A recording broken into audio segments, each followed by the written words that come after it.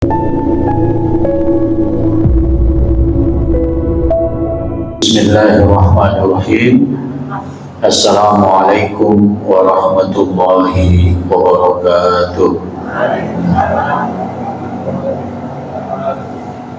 Ini kayaknya jawabannya belum sarapan ini. Assalamualaikum warahmatullahi wabarakatuh. Semoga kita mendapat keselamatan dari Allah, rahmatnya dan keberkahannya. Allahumma amin. Alhamdulillahirabbil alamin wa bihi nasta'inu ala umuri dunya waddin. Wassalatu wassalamu ala asyrafil anbiya'i wal mursalin wa ala alihi wa sahbihi wa man da'a bi da'watihi ila yaumiddin. Amma ba'du. Ma'asyiral muslimin, jamaah pengajian Ahad pagi Masjid Ar-Ruhamah yang dirahmati Allah. Marilah kita senantiasa mensyukuri nikmat-nikmat yang Allah anugerahkan kepada kita, karena bersyukur itu tanda keimanan. Bersabar juga demikian tanda keimanan. Ketika orang mukmin memadukan sikap syukur dan sabar pada dirinya, karena kehidupan ini tidak lepas dari yang namanya keadaan mendapat anugerah, dan di lain kesempatan keadaan diuji dengan musibah, maka harmoni antara sikap syukur dan sabar menjadi penting untuk diperhatikan oleh setiap mukmin. Karena itu dalam hadisnya Nabi Muhammad SAW mengagumi seseorang yang mampu mengharmonikan, memadukan dua sikap ini pada dirinya dengan mengatakan ajaban li amril mu'min, sungguh mengagumkan urusannya orang beriman itu. Nah, ini menunjukkan kekaguman Nabi. Artinya kualitas orang mukmin itu ternyata juga bisa diukur melalui perilaku syukur dan sabar. Bahkan Nabi membatasi kekagumannya ini pada orang beriman saja. Ya, ketika beliau mengatakan ajaban li amril mu'min, terusannya inna amrahu, sesungguhnya urusan orang beriman itu selalu menjadi baik baginya. Wa in asabathu khair fakana syakara wa huwa khairul lahu. Kalau orang beriman itu dapat suatu kebaikan, dapat anugerah, sarra fa in asabathu sarra syakara fakana khairul lahu, dia akan menjadi baik dengan bersyukur. Sebaliknya wa in asabathu durra sabara fakana khairul lahu. Kalau suatu saat dia diuji oleh Allah dengan musibah, dengan kesengsaraan, dengan kesempitan, maka dia akan bersabar, dan kesabarannya itu menjadi kualitas kebaikannya. Jadi Bapak Ibu, mudah-mudahan Allah beri hidayah kita semua, Allah beri taufiknya supaya kita mampu bersyukur sekaligus mampu untuk bersabar. Karena hidup ini kan tidak lepas dari dua hal. Tidak ada orang yang hidup senang terus, tidak ada kesengsaraan. Sebaliknya tidak ada juga yang hidup penuh dalam hidupnya itu kesengsaraan terus. Pasti ada rasa senang juga yang diperolehnya. Maka bersyukur menjadi ciri orang beriman, demikian juga dengan bersabar. Bapak Ibu yang dirahmati oleh Allah, kita punya kesempatan 4 pertemuan sebelum kita masuki bulan suci Ramadan. Harapannya saya ingin jamaah pagi Ar-Ruhamah itu mengetahui dasar-dasar ilmu waris Islam.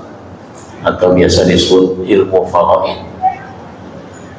Jadi yang akan saya sampaikan ini lebih bersifat faraid kos.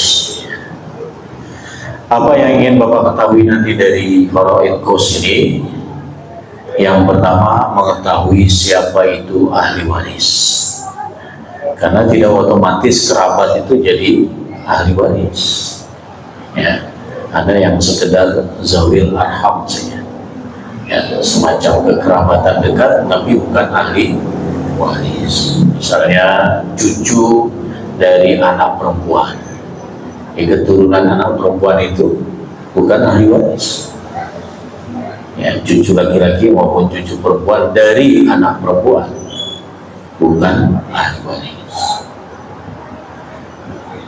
Yang berikutnya, harapannya nanti setelah 4 pertemuan sebelum Ramadan, Bapak Ibu mengetahui siapa di antara ahli waris itu yang telah ditetapkan bagian-bagiannya oleh Allah.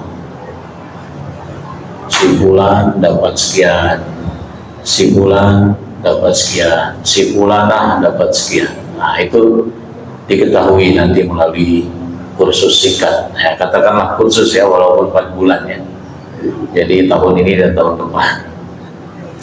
Yang berikutnya, harapannya Bapak Ibu nanti mengetahui siapa mereka dari ahli waris yang mengambil sisa setelah dibagikan ke yang ditetapkan bagiannya. Istilah dalam ilmu warisnya asobah. Ya, mereka yang mendapat sisa. Yang berikutnya, harapannya Bapak Ibu mengetahui siapa yang terhalang untuk mendapat warisan. Ya, siapa penghalangnya dan siapa yang terhalang. Nenek misalnya, kalau ada ibu, nenek nggak dapat karena terhalang oleh ibu. Begitu juga kakek, kakek terhalang kalau ada bapak. Jadi nggak otomatis ahli waris yang ada itu pasti dapat. Ada yang terhalang, ada yang menghalangi. Dan yang berikutnya nanti ada beberapa contoh soal kecil ya, sederhana untuk menghitung waris. Walaupun sebenarnya sudah ada i-waris. I-waris itu semacam kalkulator waris, tinggal di-search di Google, tulis i-waris, nah akan keluar. Di berapapun hartanya nanti akan terbagi secara otomatis. Baik, kita akan mulai. Sebenarnya 7 step, tapi karena pertemuan kita 4 sampai jelang Ramadan, kita akan jadikan 4 saja. Jadi step pertamanya siapa ahli waris, step keduanya siapa zawil furud, step ketiganya itu bagian-bagian ahli waris itu berapa saja, kemudian siapa yang mendapat sisa atau asobah, siapa yang terhalang atau al-hajbu, kemudian ada aul, ada rod ya. Nah, jadi kita jadikan 4. Kita mulai dari siapa saja ahli waris. Yang pertama yang Bapak Ibu harus ketahui, ada 25 ahli waris. Berapa? 25. Saya pelan-pelan di sini. Dari 25 itu melalui 3 jalur. Nah, ditetapkan melalui 3 jalur. Jalur pertama pernikahan, perkawinan. Jadi orang menikah itu nanti ada yang saling mewarisi. Dalam hal ini siapa? Suami istri. Jadi karena sebab pernikahan cuma ini yang saling mewarisi. Berarti karena sebab pernikahan tidak boleh ada yang lain yang menjadi ahli waris, misalnya mertua, menantu, besan, ipar. Nah, itu bukan ahli waris. Ya, karena sebab perkawinan hanya dua. Siapa? Suami atau istri. Kemudian karena sebab nasab, ya, hubungan darah, itu ada 21. Nah, ini yang agak dalam dihafal. Tapi dengan pembagian menjadi 4 itu lebih mudah dihafal. Kita mulai dari orang di atas si mayit. Ya, anggap yang putih ini si mayit. Karena si mayit itu bisa sudah menikah. Kalau sudah menikah berarti dia punya suami atau punya istri. Kalau belum menikah berarti dia nggak punya suami atau nggak punya istri. Tapi di atasnya pasti ada kan, bapak ibunya, kakek neneknya, dan nenek. Jadi 5 di atasnya itu disebut dengan usul. Usul itu artinya asal seseorang, ya. Dia bisa ada karena sebab di atasnya itu kan, ya, bapak ibunya ada karena kakek neneknya, ya, dan seterusnya. Jadi 5 orang di atasnya sebagai ayah, ibu, dari jalur ayah kakek nenek, dari jalur ibu nenek saja. Kelihatan di layar? Di layar kelihatan nggak? Nggak kelihatan? Kecil ya? Oh ya, yang depan mungkin kelihatan. Ya, bersyukurlah ya mobil itu duduk di depan. Jadi itu ada ayah, ada ibu, ada ayahnya ayah atau kakek, ada ibunya ayah atau nenek, dan ada ibunya ibu atau nenek. Jadi di situ tidak ada kakek dari jalur ibu. Ayahnya ibu nggak termasuk ahli waris. Ya, jadi kakek dari ibu si mayit bukan ahli waris. Gak kelihatan ya? Kelihatan. Oh, kelihatan.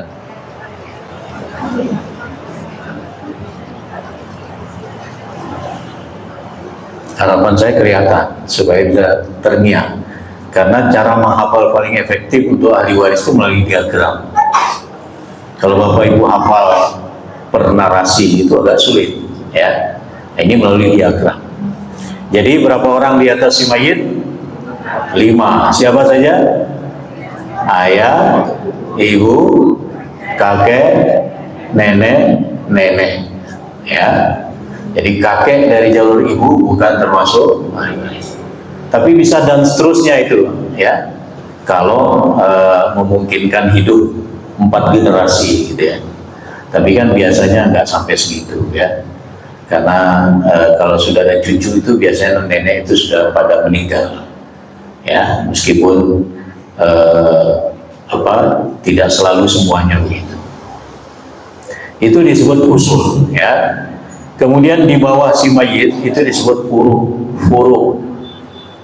Siapa mereka? Ada anak laki-laki, ada anak perempuan, ada cucu laki-laki dari anak laki-laki, ya, bukan dari anak perempuan ya, tapi dari anak laki-laki, dan cucu perempuan dari anak laki-laki.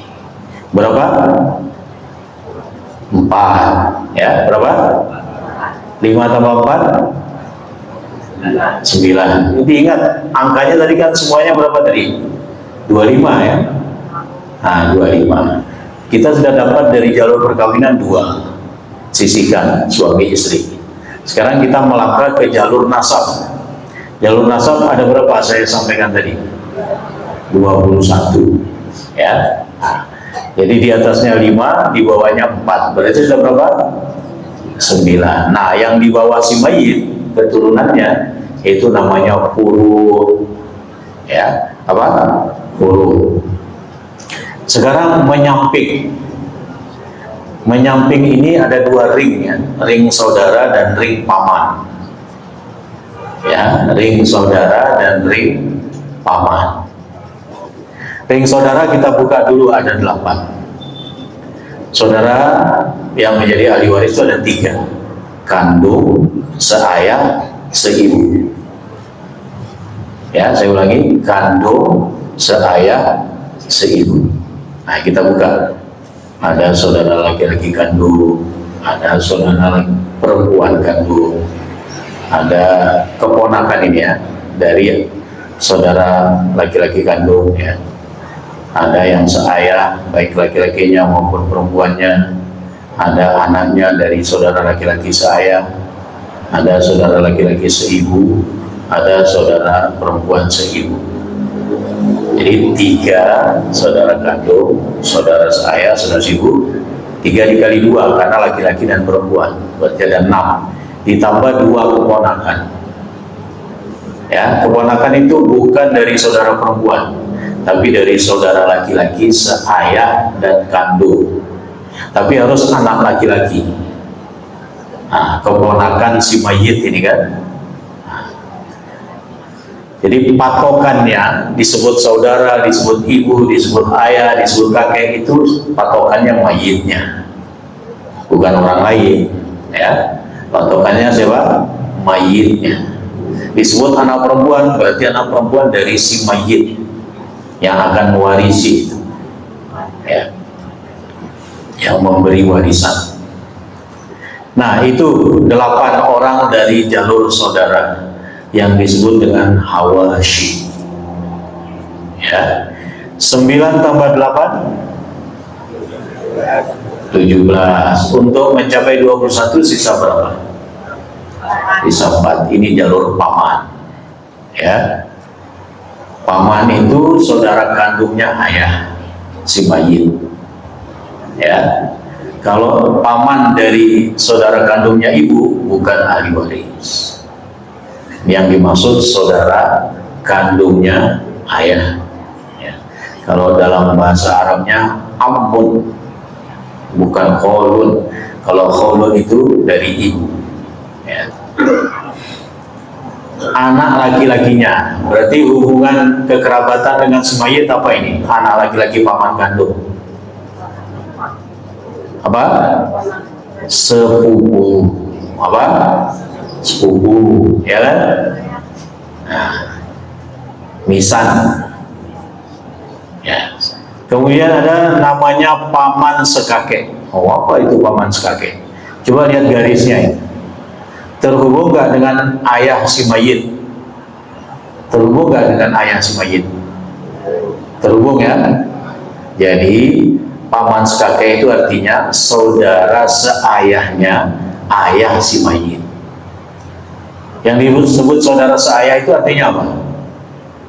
Satu ayah beda ibu. Kalau yang disebut saudara seibu, satu ibu beda ayah. Kalau saudara kandung, sama ayah ibunya. Gitu ya. Nah, ini paman sekakek itu artinya saudara seayahnya ayah si mayit. Jelas? Bingung? Kok bingung? Bayangkan dalam keluarganya masing-masing. Ya, oh saya masih ada ayah ibu. Oh, kakek dari ayah saya masih ada, tapi nenek sudah meninggal. Bayangkan gitu aja, biar mudah. Ya, sama anaknya, anak laki-laki paman sekakek, termasuk juga sepupu. Ya, sepupunya si mayit. Nah, kalau paman kandung tadi kan sama ayahnya si mayit kan satu ayah satu ibu. Lihat garisnya itu. Ini paman kandung, ini ayahnya si mayit. Nah, ini jalurnya, garisnya itu sama, ayah dan ibunya sama. Ya kan? Nah, itulah 21 ahli waris karena sebab hubungan nasab, karena sebab hubungan darah. Lantas yang duanya siapa? Kan tadi sudah 2 ditambah 21 berapa?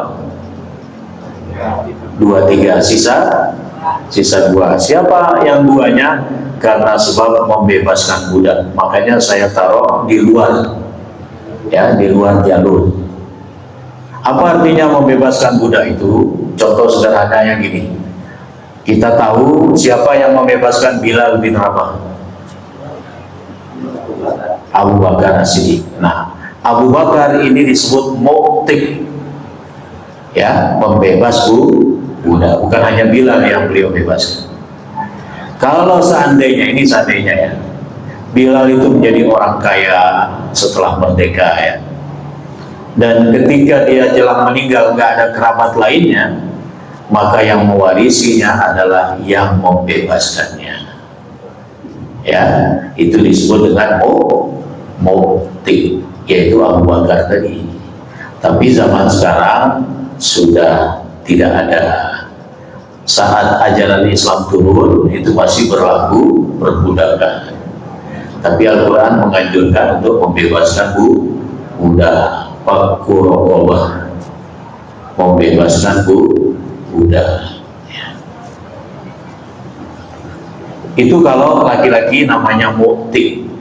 Kalau perempuan yang membebaskan budak itu perempuan, misalnya Ibunda Khadijah, ya, maka namanya mu'tikoh. Bahasa Arab kan gitu aja ya, muslim, muslimah, ya kan? Mukmin, mukminah. Kalau mukminnya laki-laki, mukminahnya perempuan. Gitu juga dengan mu'tik, ya, mu'tik dan mu'tikoh. Nah, berarti karena sebab membebaskan budak itu adalah ada dua, yaitu laki-lakinya dan perempuannya, atau istilahnya mu'tik dan mu'tikoh. Bisa dihafal 25 orang ini? Saya ulangi, 25 ahli waris dibagi menjadi 3 jalur. Jalur pernikahan atau perkawinan, jalur hubungan darah atau nasab, dan jalur pembebasan budak. Yang paling mudah dihafal yang sedikit, yang 2 dan 2, suami istri, mu'tik, mu'tikoh. Nah, sekarang yang 21 bagaimana cara menghafalnya? Bagi menjadi 4, atasnya 5, bawahnya 4, sampingnya 8, jalur pamannya 4. Ya kan? Udah dihafal nggak kalau begitu? Atasnya mayit 5, bawahnya mayit 4, sampingnya mayit 8, jalur paman 4. Jumlahnya 21. Coba dilihat, kira-kira setengah menit lah. Nah, dilihat ya. Kalau ada pertanyaan, langsung monggo. Target pertemuan pertama ini pulang dari sini, ya, sebelum makan yang disediakan, ya, sudah hafal 25 ahli waris. Ya, tanya Pak.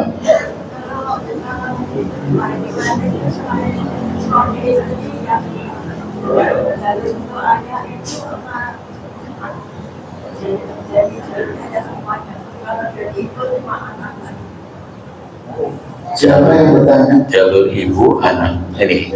Oh iya, langsung. Ya, iya. Saya belum mengerti pertanyaannya. Coba maksudnya apa? Kalau ahli waris itu dari suami istri, kemudian yang pertama untuk anak-anak. Anaknya siapa? Anak.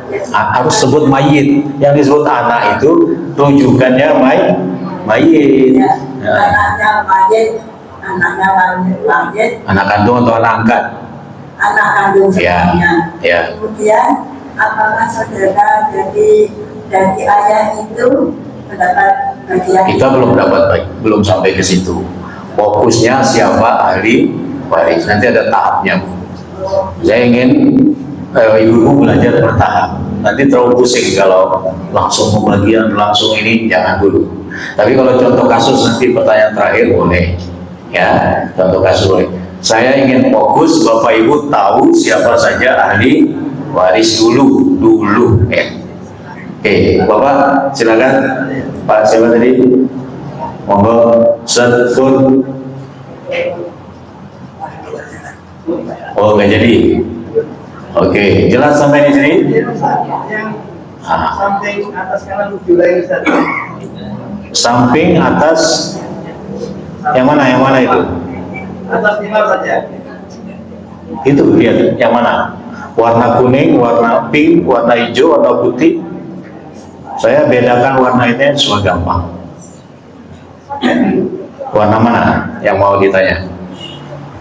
Yang tahu atas 5, bawah 4, samping 8, paman jauh 4. Ya itu. 3 saja. Yang mana? Yang biasa budak tadi 3. 2. Dari mana 3? Kan cuma laki dan perempuan, atau istilahnya mu'tik dan mu'tikoh. 2. Jadi kalau ditambah 3 jadi 26. Ya. Jadi rumusnya 2, 2, 1, 2. Ya, 2, 2, 1, 2. 2 itu maksudnya apa? 2 perkawinan. Siapa dia? Suami istri. 21 maksudnya apa? Nasab. Siapa mereka? Ya tadi itu 5 plus 4 plus 8 plus 4.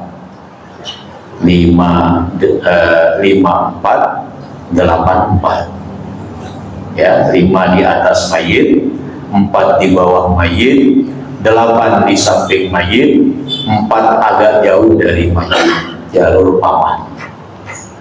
Untuk mudah hafalnya aja. Oh, dari ayah Ustaz. Hah? Dari ayah. Dari apa? Jalur ayah pamannya Ustaz. Ya memang patriarki kalau hukum waris Islam itu. Dari ibu itu cuma saudara seibu dan nenek itu. Paman, bibi dari ibu bukan ahli waris. Ya. Oke, lanjut dulu ya. Oke. Ilmu faraid itu di Al-Quran nggak ada. Ada. Surat An-Nisa. Ada ilmu faraid. Baik. Kita lanjut. Kita lihat bagian atas si mayit. Siapa mereka yang 5 itu ya? Nah ini tadi ya, yang 5 disebut dengan usul. Ya, perhatikan ada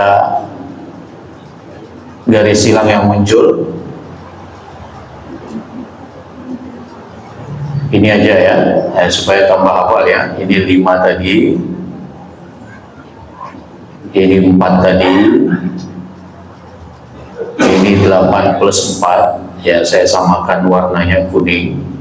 Ini sebenarnya langsung 12 sebenarnya, supaya mudah.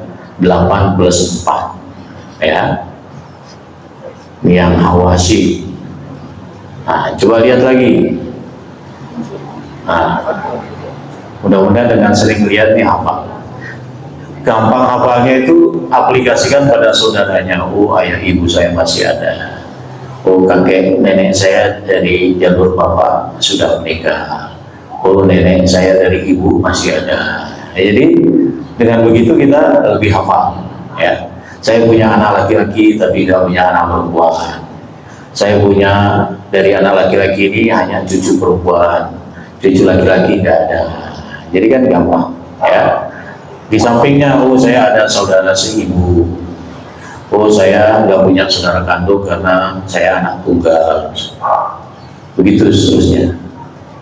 Tapi kalau saudara tiri bukan ahli waris ya. Saudara tiri itu maksudnya ada duda punya anak, menikah dengan janda masing-masing punya anak. Nah itu namanya saudara tiri. Tidak kandung, tidak seibu, tidak seayah.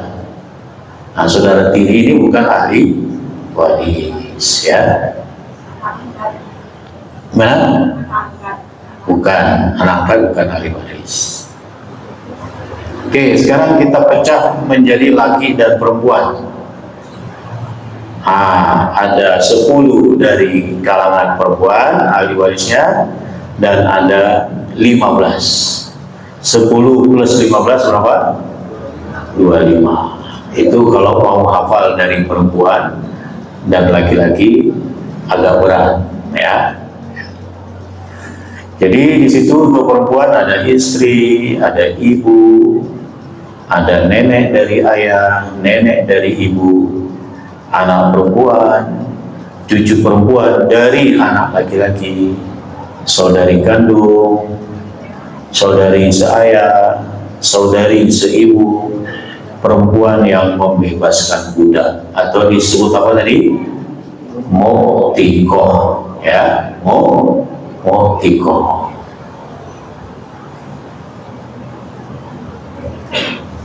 Nah, coba kita tes ya, apakah yang tertulis di sini termasuk ahli waris atau bukan?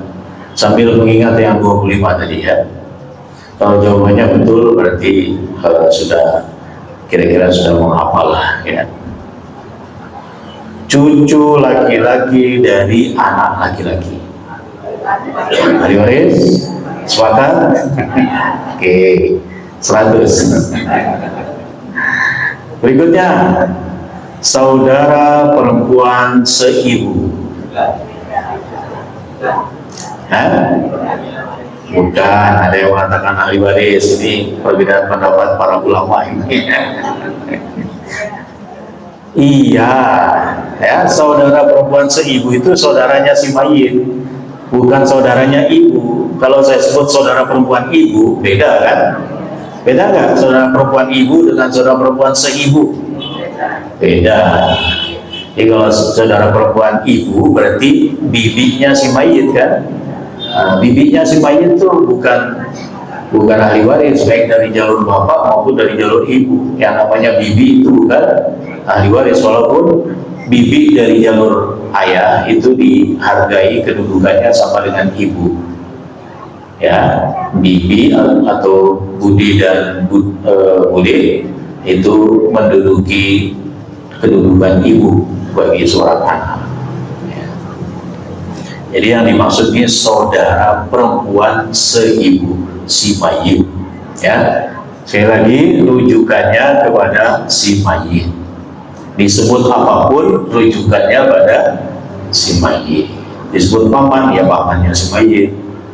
Disebut kakek, kakeknya si mayit. Ya. Oke, 200, 50 aja karena ada yang jawab bukan. Nenek dari ibu. Hah? Dapat. Kalau bapak mau diam semua ini. Nenek dari ibu termasuk ahli waris sama bapak? Masuk. Berarti nilainya 100 lagi. Ya, oke, betul. Sekarang berikutnya, cucu laki-laki dari anak perempuan. Bapak bukan, ibu-ibu? Hah? Ibu-ibu yang bingung sekarang. Hah? Bukan atau ya? Bukan, berarti salah. Bukan termasuk ahli waris. Ya. Berikutnya, istri muda. Istri muda termasuk ahli waris ya, Bapak? Termasuk atau tidak? Tuh ragu-ragu Bapak ini. Berarti bukan pelaku poligami. Termasuk, ya. Jadi nggak ada beda antara istri tua dengan istri muda selama itu istri. Bisa dapat 1/4, bisa dapat 1/8, tapi dibagi jumlah istri. Makanya sebaiknya hanya monogami aja, supaya istrinya kebagian banyak. Kalau poligami nanti dibagi dari 1/4 itu berapa jumlah istri. Kalau 1/4 itu nilainya 1 juta, berarti masing-masing istri dapat 250 aja kalau istrinya 4. Nah, termasuk ahli waris. Tapi itu kalau diajukan pengadilan harus ada akte nikah. Karena itu istri siri nggak dapat. Jadi jangan sampai menikah siri. Anak laki-laki saudara seibu, berarti keturunannya saudara seibu. Dapat. Ini ada yang bilang tidak. Ini Bapak. Ini jalur keponakan. Jalur keponakan itu hanya dari saudara kandung laki-laki dan saudara seayah laki-laki, anak laki-lakinya. Nah, ini anak laki-laki tapi dari saudara seibu. Keturunan saudara seibu bukan ahli waris. Bukan masalah dapat dan nggak dapat ya. Bukan ahli waris ya, bukan ahli waris. Masalah dapatnya nanti dulu. Walaupun ahli waris belum tentu dapat. Ya. Karena terhalangkan oleh yang lebih dekat dengan si mayit. Ya. Saudara seibu misalnya, ya. Kalau ada keturunan si mayit, saudara seibu nggak bisa dapat, baik laki maupun perempuan. Ya. Jadi tidak termasuk ahli waris. Berikutnya, coba dilihat baik-baik lagi. Anak laki-laki dari saudara laki-laki seayah. Bukan dapat, termasuk. Jawabannya Pak, termasuk. Ya, karena dia kalau ada ayahnya terhalang.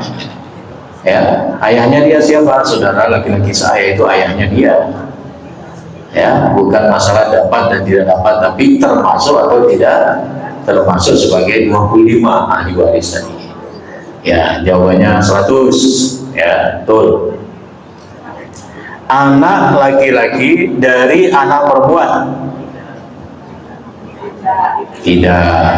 Keturunan anak perempuan bukan ahli waris. Mau dia laki, mau dia perempuan, pokoknya itu keturunan anak perempuan bukan ahli waris. Padahal dia dekat dengan si mayit kan. Ya, cuma loncat ibunya saja atau bapaknya. Cuma loncat ibunya. Bukan ya. Paman sekakek. Nah, siapa yang dimaksud paman sekakek tadi? Tahu apa? Siapa yang dimaksud paman sekakek? Ada yang bisa jawab? Dapat buku, judulnya Bukti-Bukti Hari Kiamat dalam Al-Quran, ditulis oleh Dr. Said Kutub. Ada yang tahu siapa itu paman sekakek? Yang bapak dulu. Nanti kalau nggak bisa jawab ke ibu. Mau nggak pak? Siapa itu paman sekakek? Pokoknya angkat tangan. Ya, silakan dijawab. Kalau nggak bisa, ibu-ibu sudah angkat tangan. Putranya kakek dari jalur ayah. Putranya kakek dari jalur ayah. Ya, betul juga ungkapan ini. Atau kalau putranya kakek, paman kandung juga putranya kakek. Yang lebih spesifik untuk membedakan dengan paman kandung. Kan ada paman kandung, ada paman sekakek. Ya kan? Paman kandung juga putranya kakek kan? Putra kakeknya si mayit maksudnya ya. Nah, lebih spesifik untuk membedakan dengan paman kandung gimana?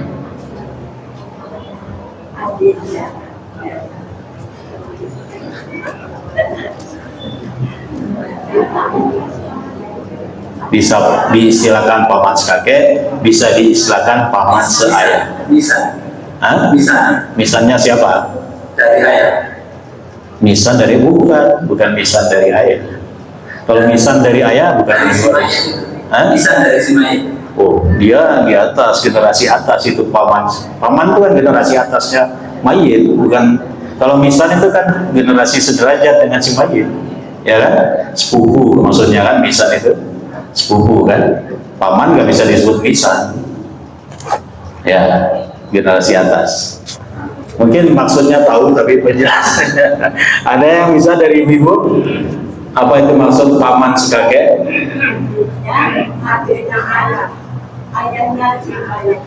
Adiknya, ayahnya si mayit. Kalau kakaknya berarti bukan. Kalau kakaknya berarti bukan.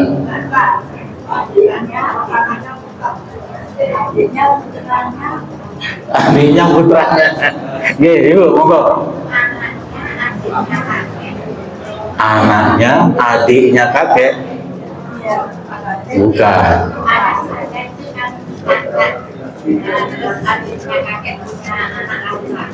Bukan. Mas, ya. Saudara seayah, ya, saudara seayah, saudara laki-laki seayah dari ayahnya si mayit, ya, tuh, ya. Saudara laki-laki seayah.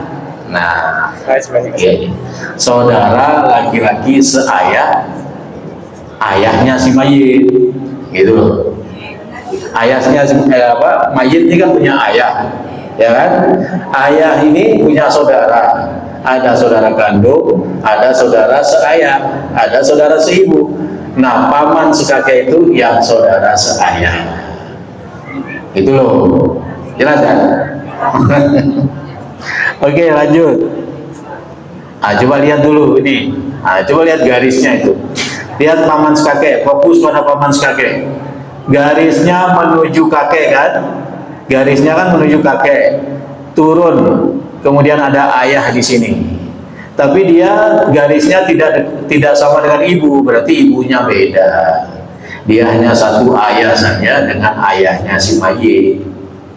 Kan namanya saudara seayah itu kan berarti ayahnya sama, ibunya beda. Kalau saudara seibu, ibunya beda, ibunya sama, ayahnya beda. Itu aja untuk mengetahui kata seayah dan seibu. Jadi kata seayah itu artinya satu ayah beda ibu. Kata seibu itu artinya satu ibu beda ayah. Kalau kandung itu artinya sama ayah ibunya. Gitu kan? Oke. Sudah lihat lagi yang 25 ini? Oke, lanjut nih. Saudara laki-laki ibu, atau dalam bahasa lain paman tapi dari jalur ibu, termasuk ahli waris atau enggak? Ya, kalau ini sangat tahu ya, ini paman tapi dari jalur ibu bukan ahli waris, tapi paman dari jalur bapak itu ahli waris. Kasihan ya jalur ibu. Saudara perempuan bapak atau bibi, para bibi, di sini kan para bibi ada. Ahli waris nggak bibi? Tidak ada bibi yang menjadi ahli waris. Maksudnya kan bibi si mayit, baik dari jalur ibu maupun dari jalur ayah bukan ahli waris. Ya. Anak perempuan saudara kandung, berarti keponakan si mayit yang perempuan. Anak perempuan saudara kandung ahli waris? Bukan. Ini kan statusnya keponakan di bawah generasi si mayit kan. Pokoknya keponakan perempuan itu bukan ahli waris. Jadi kalau ibu-ibu punya keponakan perempuan, katakanlah suatu saat ibu meninggal punya harta, keponakan yang perempuan itu bukan ahli waris. Ya. Keponakan laki-laki pun ahli warisnya kalau dia anak saudara kandung laki-laki atau anak saudara laki-laki seayah.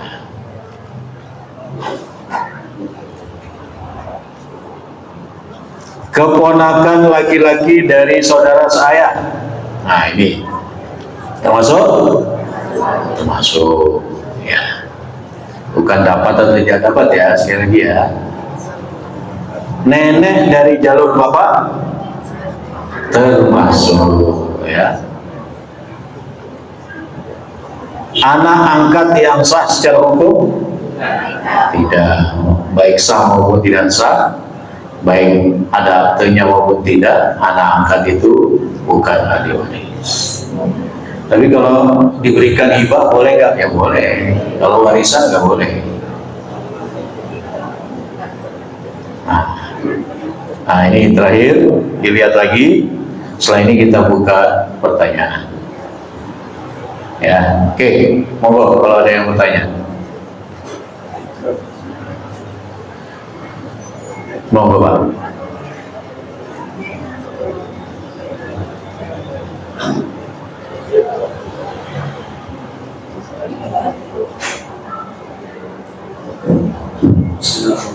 Assalamualaikum. Waalaikumsalam. Saya fokus tentang nasab, Ustaz. Ya. Nasab itu kan jalur dari wilayah Ustaz ya. Hubungan darah ya. Seperti yang terjadi pada di Rasulullah SAW, itu kan nggak punya putra dari Ustaz ya.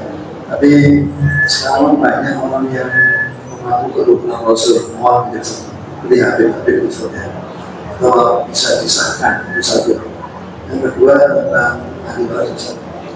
Mohon penjelasannya, karena di saat saya tanya seperti ini jawabannya itu ada kurang gitu. Tapi yang saya maksud sini, pertanyaan saya ini alasan kenapa perempuan itu kok dapat separuh dari laki-laki Ustaz? Ini ada alasan tertentu Ustaz. Karena pada realitanya yang banyak mau ini Bapak Ibu di masa tuanya itu kan anak perempuan saja. Terima kasih. Assalamualaikum warahmatullahi wabarakatuh. Waalaikumsalam. Yang pertama, saat Rasulullah meninggal itu tidak banyak meninggalkan warisan. Ya. Beliau meninggalkan sejumlah istri ya. Di antaranya ada Ibunda Aisyah dan ada Fatimah, karena anak perempuan beliau yang lain itu meninggal lebih dulu dari Rasulullah, kecuali Fatimah yang belakangan daripada Rasulullah. Misalnya Zainab itu meninggal lebih dulu, Ummi Kulsum, Ruqayyah itu meninggal lebih dulu. Yang laki-lakinya tiga-tiganya meninggal saat bayi. Jadi yang berhak mendapat warisan dari Rasulullah ya Fatimah dan istri yang masih ada pada saat itu. Nah, kalau keturunan sampai sekarang kan kalau dari sisi waris sudah nggak ada.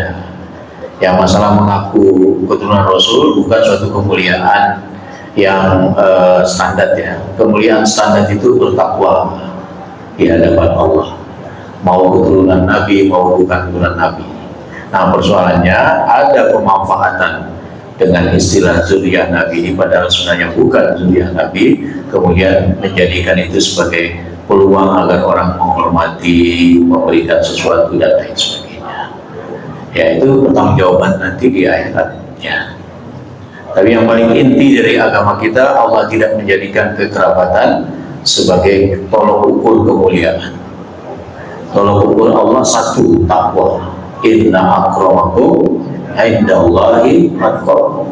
Jadi nggak usah bersedih, bukan keturunan Rasulullah, datang dari desa dan lain sebagainya. Allah tidak melihat penampilan itu, Allah tidak melihat kita keturunan itu, tapi berusaha untuk terus meningkatkan ketakwaan. Itu yang ingin Allah lihat, dan Allah sandingkan kemuliaan dengan hamba yang terus berusaha meningkatkan ketakwaan. Ya, karena bisa putus asa kalau ukur kemuliaan itu keturunan bangsawan, ya kan? Nah, jadi Bilal menjadi mulia padahal dia budak, ya kan? Nah, Islam yang memuliakan. Nah, itu yang pertama. Yang kedua, kenapa anak perempuan separuh dari anak laki-laki? Ya, anak laki-laki punya tanggung jawab lain. Pertama, nanti kalau dia menikah, dia wajib memberi mahar. Dalam pernikahannya nanti dia wajib memberi nafkah. Jadi melihat hukum waris tidak hanya hukum waris itu sendiri, harus melihat hukum Islam yang lain dalam kewajiban sehari-hari. Ya, ada kewajiban memberi nafkah karena dia nanti akan jadi suami laki-laki.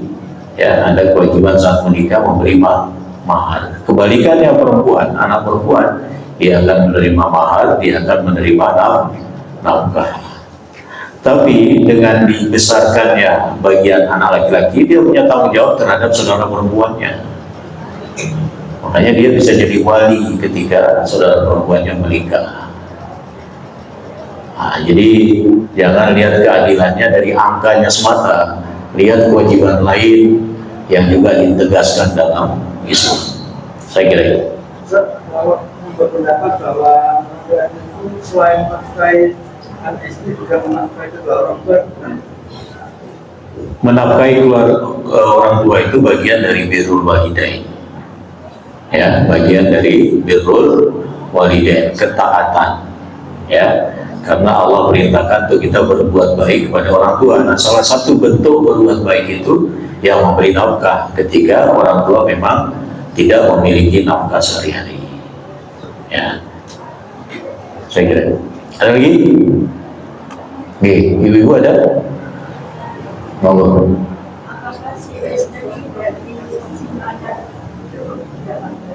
Iya jelas, istri dari mayat dapat. Ya, tapi istri yang berakte nikah ya. Kalau sudah diceraikan, sudah cerai misalnya, sudah tidak menjadi ahli waris lagi. Mantan istri bukan ahli waris, mantan suami bukan ahli waris. Ya, yang masih terikat perkawinan itu yang ahli waris. Berapa bagian istri kira-kira? Yang kita belum masuk ya, tapi berapa? Ada yang Bapak Ibu ketahui berapa bagian istri kalau suami meninggal? 1/8 kalau suami punya anak. Tapi bisa meningkat kalau nggak punya anak. Berapa? 1/4. Jadi kalau suami meninggalkan 10 M, nggak punya anak, berapa bagian istri? 2,5 ya. Banyak nggak? Ya itu kalau peninggalannya banyak ya, hasilnya juga banyak ya dapatnya. Hah? Sama dengan siapa? Antar siapa? Istri dengan siapa?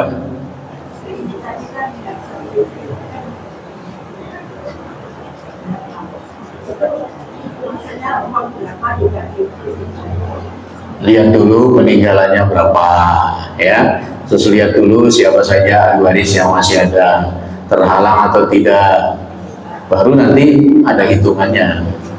Setelah dikeluarkan hutang dan seluruh biaya perawatan jenazah, kalau ada wasiat juga dikeluarkan. Jadi murni hartanya yang meninggal, nggak boleh ada bagian harta orang lain di situ. Misalnya dia bisnis dengan yang lain, oh berarti kan ada harta yang orang lain di situ. Kalau dia ada bisnis, misalnya menjalankan bisnis bersama, jadi keluarkan semua uang selain, semua harta selain punya si mayat. Ya, apakah itu dalam bentuk hutangnya, wasiatnya, atau kerja sama bisnisnya, keluarkan semua. Atau gonogininya, ya dengan istrinya itu kan ada gonogini, dibagi dulu, dikeluarkan dulu. Nah setelah murni milik dia saja, baru itu dibagikan kepada ahli waris yang ada sesuai bagiannya. Itu namanya pembagian warisan. Jadi pembagian warisan itu harus dengan wajah yang cerah ya. Karena mau dapat bonus harta kan, warisan itu kan bonus harta. Jangan saling curiga, saling pasang muka tidak enak. Wah ini pasti mau ngambil semua. Jadi justru yang dianjurkan dalam Al-Quran itu, kalau ada ahli waris tapi dia bukan tidak mendapat nanti karena terhalang, bagikan, artinya berikan ya. Jadi misalnya anak cucu perempuan kan nggak dapat kan, cucu perempuan dari anak perempuan kan nggak dapat ya. Dia hadir satu bagian warisan, ya yang dapat itu bagi-bagilah. Walaupun ketentuan pembagiannya bebas ya, mau bagi berapapun terserah yang mendapatkan ya. Ya ada lagi yang lain? Oke, monggo ibu. Ibu ya. Ya sudah, biar satu pertanyaan untuk semua. Ibu. Ya ibu.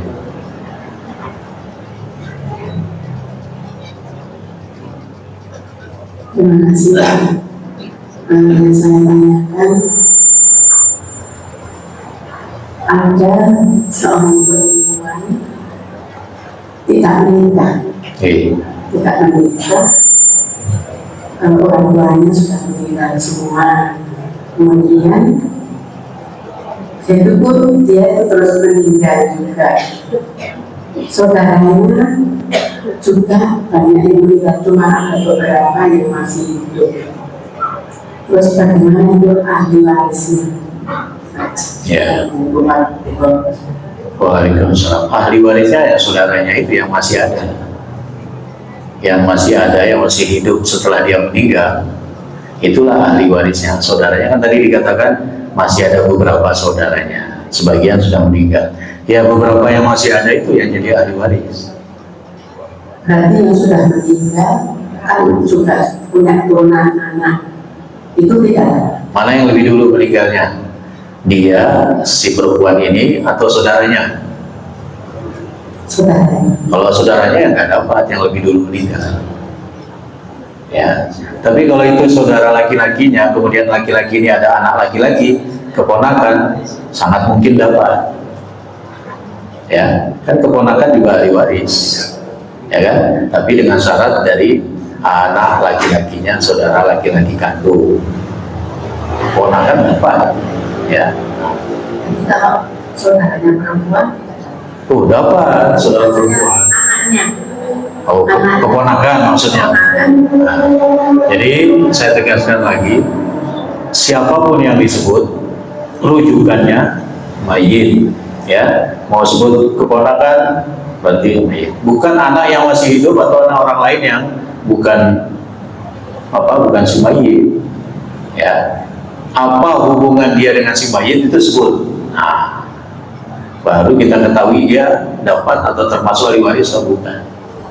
Jadi yang dapat tadi dengan kasus yang disampaikan, saudara-saudaranya itu dapat, ya.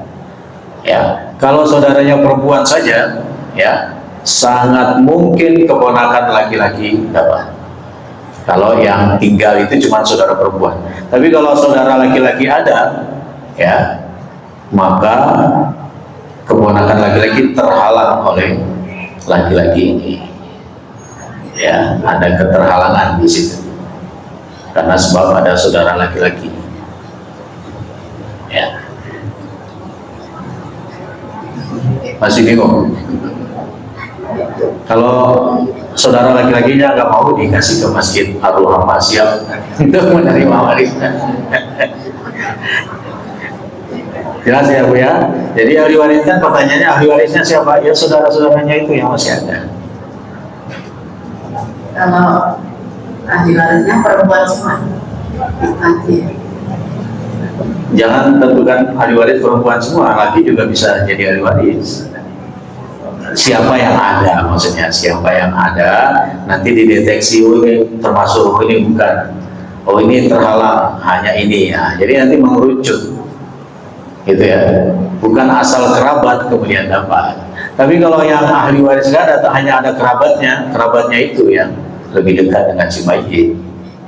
Akhirnya diberikan ke kerabatnya karena yang lain sudah tidak ada, yang termasuk ahli waris sudah tidak ada. Misalnya cucu ini dari anak perempuan, yang lainnya sudah nggak ada semua, yang meninggal kakeknya, ya. Cucu dari anak perempuan kan bukan ahli waris, tapi dia kerabat karena dia satu-satunya, ya turun ke kerabat yang ada itu. Tuh. Ya, ada lagi yang lain? Oke, monggo. Ada kasus Tapi Bapak kan sudah katakan Oh sebentar Pak Pur ya, yang belakang dulu mungkin. hanya buat Oke. apakah harta waris itu boleh dibagi ketika ayah ibu atau pemilik harta masih hidup, tapi belum meninggal. Karena kebanyakan di masyarakat itu seperti itu. Terima kasih. Atau mana yang lebih aktual ketika orang tua masih hidup atau sudah meninggal? Atau belum?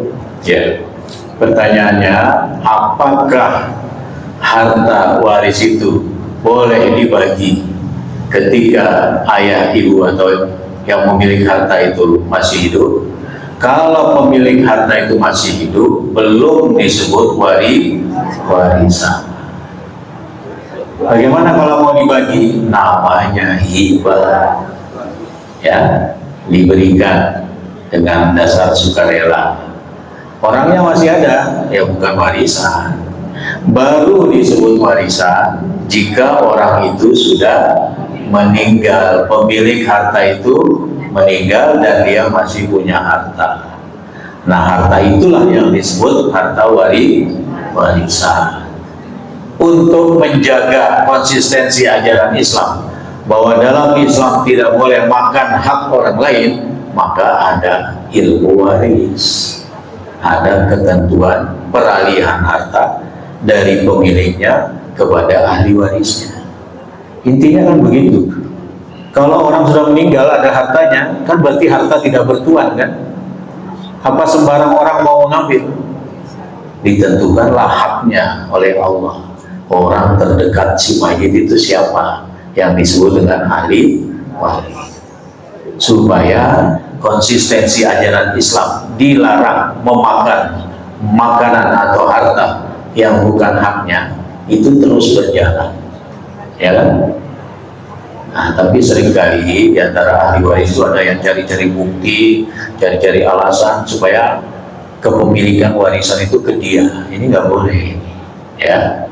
Dia sama dengan makan hak orang lain, walaupun yang dia makan itu hak saudaranya, ya. Tetap sesuai yang telah Allah tetapkan. Jadi sangat mungkin kita atau manusia ini berpeluang makan yang bukan haknya, sehingga seakan-akan dia makan api dalam perutnya melalui warisan. Maka pembagian warisan itu harus hati-hati, bertakwa, jangan sampai ada hak saudara kita yang ambil. Tapi kalau sukarela misalnya saya sudah mapan, saya lepas dari hak, silakan saudara lain mengambil, itu namanya tanazul, boleh. Ya, karena dia ikut mempertimbangkan keadaan saudaranya yang belum mapan, dia sendiri sudah mapan, tapi ada haknya Allah tentukan. Kemudian dia lepas haknya, boleh. Ya, tapi namanya manusia, kadang sudah punya harta satu, ingin harta dua. Disinilah surat Al-Adiyat itu mengingatkan, wa innahu lihubbil khairi lasyadid. Ya, manusia itu sungguh sangat cinta pada harta benda. Makanya pemilik harta yang banyak itu harus jaga hati, harus tingkat takwa, supaya hartanya itu jadi kebaikan dia di akhirat. Jangan sampai jadi bumerang di akhirat. Harta itu bisa jadi bumerang di akhirat. Ya, jadi yang semakin kaya, semakin tingkatkan takwanya, sehingga kekayaannya itu punya nilai manfaat, punya nilai maslahat baik bagi diri dan keluarganya maupun orang lain. Karena Allah pilih dia untuk amanah harta. Gak semua orang pilih untuk amanah harta ini. Ada yang Allah takdirkan terbatas hartanya, ada yang Allah takdirkan luas rezekinya, luas hartanya. Itu gimana? Jadi kalau belum wafat, belum disebut warisan. Boleh dibagi, tapi bukan istilah warisan namanya, istilahnya hibah. Ya apa dibagi untuk antisipasi berebut harta waris misalnya, boleh. Tapi jangan bagi semua ya, Bapak. Nanti nggak ada pegangan untuk orang tua. Pernah ada kasus dibagi semua. Harapannya anaknya itu kan memperhatikan ayah ibunya yang sudah memberikan harta itu. Tetapi tidak terjadi. Sehingga bapak ibunya itu sengsara. Nggak punya harta lagi. Mau beli angsle malam-malam nggak ada uang. Karena sudah diberikan ke anaknya. Mau masukkan kotak amal saat pengajian pagi, nggak ada duit, sudah di anak. Jadi selama kita masih hidup ada pegangan lah ya. Walaupun kita sudah dihibahkan, tapi jangan semua. Mau berkorban nggak bisa, sudah dihibahkan. Jadi tetap ada pegangan untuk ibadah harta. Ya, mau nyalonin cucu nggak bisa, sudah dikasih ke anaknya. Jadi tetap ada pegangan. Saya kira itu. Semoga Bapak. Ada pertanyaan yang pertama, ada kasus seorang bapak mempunyai harta, kemudian seorang bapak ini punya istri dua, artinya istri yang pertama dicerai, kemudian nikah lagi. Dengan istri yang pertama itu punya anak 5 Ustaz. Dengan istri yang kedua punya anak 3. Kemudian istri yang pertama nikah lagi dengan orang lain.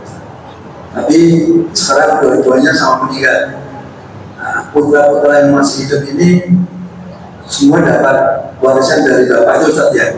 Pembagiannya seperti apa Ustaz? Apa termasuk harta yang dengan istri yang kedua ini dihitung atau Ya, jadi dalam Islam ada mantan suami, ada mantan istri, tapi tidak ada mantan anak. Jadi dari ibunya dapat, kalau ibunya meninggal, dari bapaknya dapat juga kalau bapaknya meninggal, anak-anak itu.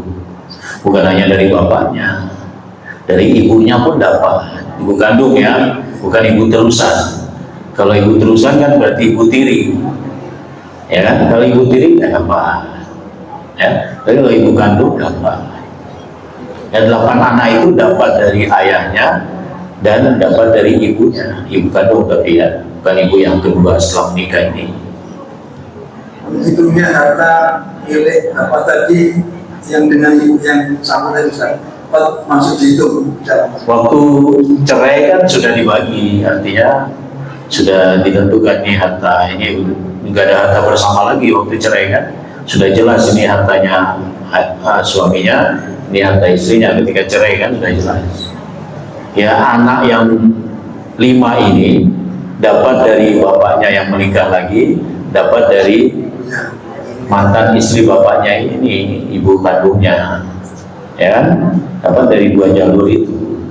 Sedangkan anak baru yang hasil pernikahan dengan perkawinan baru itu nggak dapat dari istrinya yang lama, karena ibu nggak ada hubungan darah, ya itu orang lain. Nah gitu. Yang kedua Ustaz, anak yang pertama yang 5 tadi Ustaz, anak pertama itu laki-laki, tapi setelah mau dibagikan awarisnya itu dia mengatakan begini, saya tidak mau mengambil bagian saya berikan adik saya yang perempuan yang nomor 2 dari laki, karena belum nikah ya saya diberikan itu. Seandainya mudah-mudahan tidak, karena sampai sekarang kok belum diberikan. Seandainya yang berwasiat tadi meninggal, apa masih berlaku?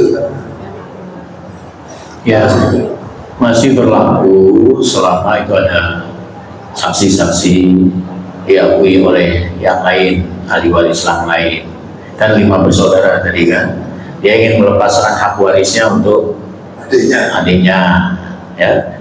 Kalau ingin melepas itu sampaikan pada seluruh ahli waris, jangan pada satu orang aja, supaya kuat. Ada kekuatan apa pelepasan itu. Kalau nanti kasihan adiknya, kira ngaku-ngaku aja. Nah, jadi harus sampaikan juga pada ahli waris lain bahwa haknya dia diberikan, atau terima dulu hak, nanti berikan. Kalau untuk adik khusus ya, diterima itu hak, kemudian sampaikan, itu lebih aman. Ya, tapi itu akan membuat secara psikologis, kenapa cuma adik itu yang dia perhatikan, itu akan membuat secara psikologis berbeda-beda. Sebaiknya tidak bersikap seperti itu. Ya kalau ingin lepas hak ya untuk kalian. Ya, jangan tuh adik tertentu. Kenapa adik tertentu? Kalau ada alasan yang bisa diterima oleh semua, nggak apa-apa. Oh ini belum menikah misalnya, itu mungkin diterima oleh semua ya nggak apa-apa. Jadi kalau sekedar pilih kasih aja itu hati-hati juga, supaya tidak menimbulkan konflik baru di kalangan saudara. Ya. Maksudnya gini, ada yang sedikit protes, berarti ada yang diberi oleh masa tadi berapa 3 bagian saja. Ya namanya diberi kan, namanya diberi pasti bertambah bagiannya. Nah itu yang tadi saya khawatirkan. Kenapa secara khusus diberikan ke dia? Ya, apakah diterima alasan pemberian itu akan menimbulkan konflik baru. Jadi kalau mau lepas hak, kasih semuanya, semua sama rata saudara itu, ya sudah kalian bagi aja, saya sudah alhamdulillah sudah Allah berikan rezeki, hak saya dari waris itu saya lepas untuk kalian, jangan untuk orang tertentu, kecuali untuk orang tertentu tapi bisa diterima oleh saudara yang lain, nggak apa-apa. Karena dalam kasus ini yang diberi adiknya itu pertama masuk sekolah, yang kedua belum nikah sampai umur ya, apapun alasannya disetujui nggak oleh yang lain. Jangan memunculkan konflik baru dalam keluarga, itu aja. Ya. Cukup? Oke, silakan Pak.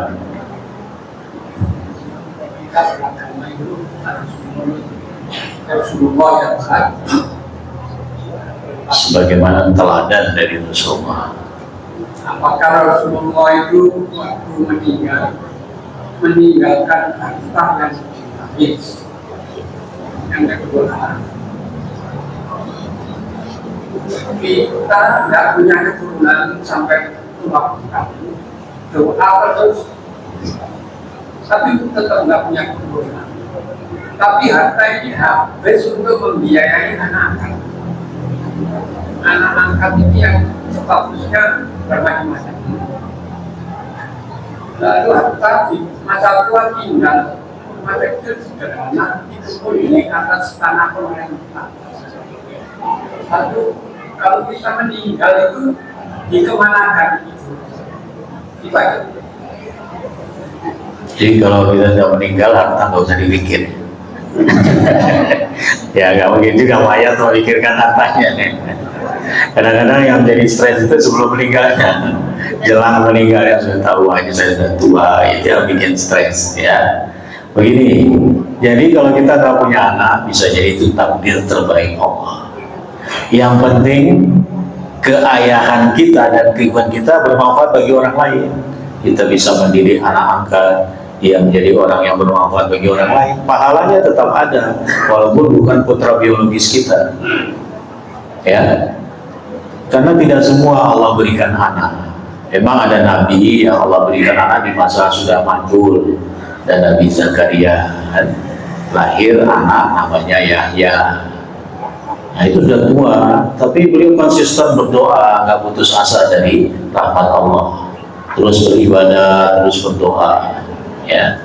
Akhirnya Allah kabulkan, ya. Tapi tidak semua seperti itu. Nah, seseorang yang tidak ditakdirkan anak tidak usah bersedih. Yang penting manfaatkan sifat keayahannya, sifat keibuannya pada anak yang mungkin dia angkat atau anak orang lain, anak keponakannya, anak tetangganya, anak saudaranya, nggak apa-apa. Semuanya dapat pahala, walaupun bukan anak biologis. Ya, nah, itu satu. Apalagi dia sampai disekolahkan, sampai menjadi orang yang bermanfaat bagi orang lain, bisa bekerja untuk kemanfaatan orang lain, itu tetap dapat pahalanya. Bukan pahala itu bukan karena itu anak biologis atau bukan. Ya, tidak ditetapkan anak kandung atau bukan, ya. Bisa melalui anak angkat. Jadi kalau semua hartanya karena tidak ada anak sudah diberikan kepada beberapa anak angkat yang dia anggap sebagai anaknya, tidak ada masalah. Insya Allah jadi jariahnya, insya Allah jadi kebaikannya. Ya. Kemudian sisa harta yang sudah berkurang karena sudah diberikan, kalau itu di tanah pemerintah berarti bukan hak kita. Nah, kalau kemudian pemerintah membebaskan menjadi hak kita, yaitu nanti wasiatkan saja untuk anak angkat, ya, karena anak angkat tidak dapat warisan, tapi boleh dapat wasiat. Cuman wasiat itu nggak besar, 1/3 dari warisan. Berarti ada sisanya dong 2/3, ya sudah serahkan ke masjid, serahkan ke panti asuhan, serahkan ke baitul mal dan lain sebagainya, lazismu misalnya. Nah itu menjadi jariah juga, jariah yang berkelanjutan. Ya, jadi ada harta, nggak punya anak kandung, harta itu tetap bisa dimanfaatkan untuk kemaslahatan orang lain sepeninggal kita. Saya kira itu. Angkatnya itu lebih dari 8. Nggak ada masalah, berapapun anak angkat. Sekarang ada di medsos itu polisi punya anak angkat banyak, sampai memelihara anak yatim, ya. Dia besarkan, dia sekolahkan, ya. Itu bisa jadi kelebihan yang Allah berikan secara sosial kepada orang tersebut dengan gaji terbatas, kemudian bisa dia manfaatkan untuk membesarkan orang. Itu sangat bagus, ya. Karena sangat mungkin kalau kita yang punya niat baik itu tidak membesarkan, mungkin dia jadi gelandangan, mungkin dia dimanfaatkan preman, mungkin dia dikinikan. Nah, kita yang ambil alih. Walaupun tidak sepenuhnya misalnya kita didik, paling tidak dia tumbuh menjadi orang yang bermanfaat, tidak di tangan orang yang salah anak itu. Karena anak itu kan lahirnya itu berdasarkan fitrah keislaman. Sebagaimana dia dididik, sebegitulah dia jadinya. Kalau yang dididik itu tidak baik, ya bisa jadi kedepannya dia tidak baik. Nah, jadi yang baik-baik itu bergerak untuk mengambil alih, ya, walaupun dengan dana dan kemampuan yang terbatas. Itu dia, Pak. Gimana? Sudah hafal 25? Nah, ini ada satu buku, ibu-ibu belum dapat. Saya tanya satu pertanyaan, insya Allah mudah. Sebutkan 4 ahli waris dari jalur paman. Oh, saya tutup dulu ini, bahaya ini. Dari jalur paman, siapa yang bisa? Katakan. Jalur paman ada 4 orang. Sepertinya ada ini angkat tangan tadi. Angkat tangan, ya silakan. Jawab. Apa? Malu. Oh, gak apa-apa, pelan-pelan aja. Ya, jawab siapa dari jalur paman? Paman Senanjung. Paman sekando, wah hebat ini. Paman Paman sekak, sekake, anak paman sekak, anak paman sekake, satu lagi. anak paman sekak, Anak paman kando, bukan sekake ya. Betul kan? Wah, beri aplaus dulu. Insyaallah ya. Kader nasiah. Baca Mas. Oh iya. Oh iya, pakai itu dah. Kelas berapa? kelas 1 SMP. Oh, kelas 1 SMP.